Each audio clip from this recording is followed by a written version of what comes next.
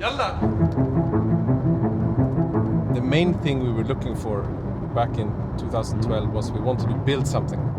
And we knew it had to be meaningful and it had to be big. There was also a need to create inspiration. There was also a need to create confidence and self-belief that these big things can also be done from here. We learned to dream big.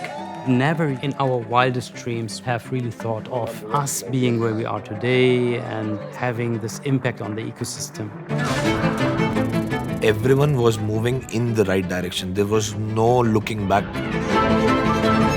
Vision is going to keep evolving, but the purpose will remain the same, to simplify lives and build an awesome organization that inspires. And if we can simplify the lives of people, a lot of that potential can be put to better use. That positive impact will spread, and ultimately this can really change the fabric of society.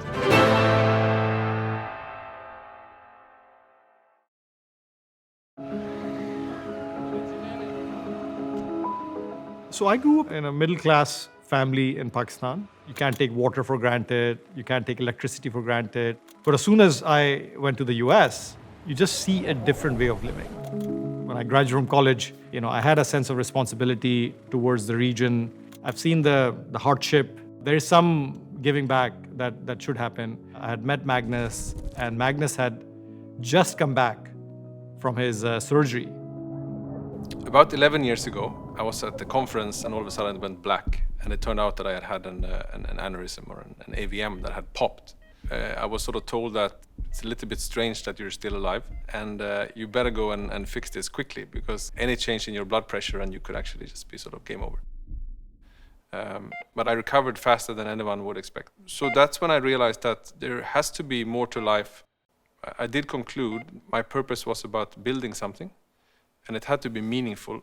And then I also said, if I'm going to do something meaningful, then let's do something big and meaningful. My first impression of Magnus was this guy is so sincere and someone that I felt could be a friend for a long, long time to come. I think my first impression was that this is a really, really crazy guy. I've never met anyone that has a higher ratio of ambition level to humility. When Magnus came and said, hey, we'd love to build something big and meaningful, there was only $1 billion business in Pakistan, which felt embarrassing and of course shocking. It just ignited something in me which said, let's buckle up and do it together. In everything we did from the day one, when we sat down and wrote down our values on a piece of paper, it was so much more about the why and the how than the what. So I actually went to the head of McKinsey in the Middle East to ask for a leave of absence. And he asked me, curiously, what ideas are you looking at? In the conversation, he mentioned, have you looked at ground transportation? Being a consultant in the region in my prior life, I traveled a lot. Everywhere I had this one guy that I had met once. So you call him and you're like, Noshad, are you free? I'm in Doha airport. And he's like, I'm busy, but I'll send my brother or I'll send my cousin. And then if you're lucky, you get to your destination. It's probably an important meeting, so you have to be on time. You have no idea about locations. You have to haggle on the price. You get the little handwritten receipt that you don't even know what it says because it's in Arabic. So the whole experience was, quite choppy to say the least, right? So when we came up with this idea of transportation, Magnus had a question mark. Like, I get a second chance in life, as he describes it, and you're asking me to build a platform that moves consultants around. But at least my perspective was, look, it's a big opportunity. There's a lot of potential in the region, and we can build something that can be very impactful over time. He really cared about his home country. And he really saw an opportunity to create a lot of jobs. I was more leaning towards big and Magnus was leaning towards impactful, and that's where the middle ground was found.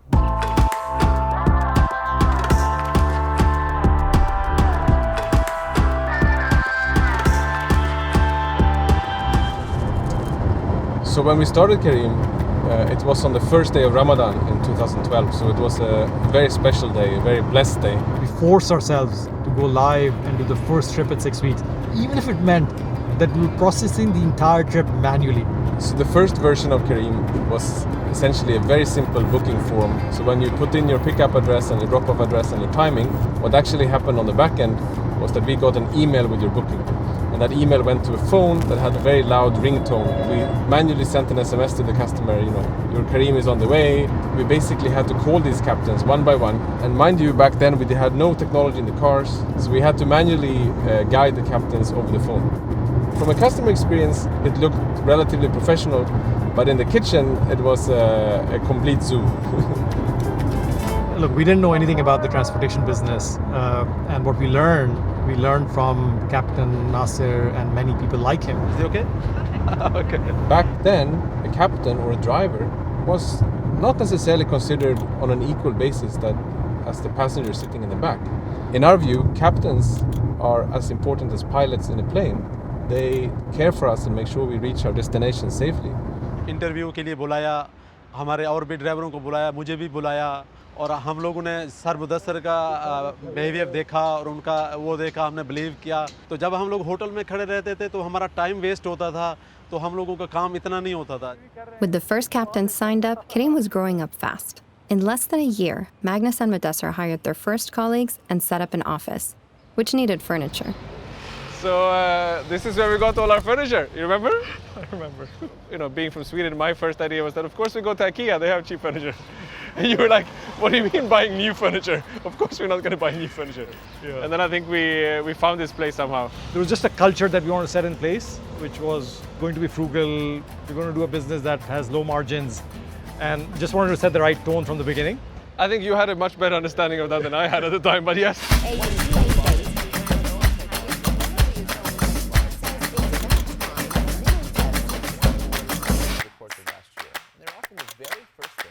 In the corporate world, especially the clients that we had to be extremely reliable. One screw up could basically mean that someone doesn't get to the airport or a client meeting on time that's worth millions and millions of dollars. And not only were they corporate customers, but many of them were our friends from a previous life. So it would be a personal embarrassment. So this meant that we were really on top of every single booking, down to the little detail. It's a little stressful.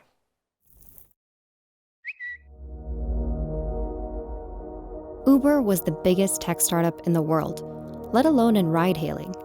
Its arrival to Dubai less than a year after Careem started was an existential threat. There was definitely sort of a freak out. A holy shit moment. It was like, holy shit, you know.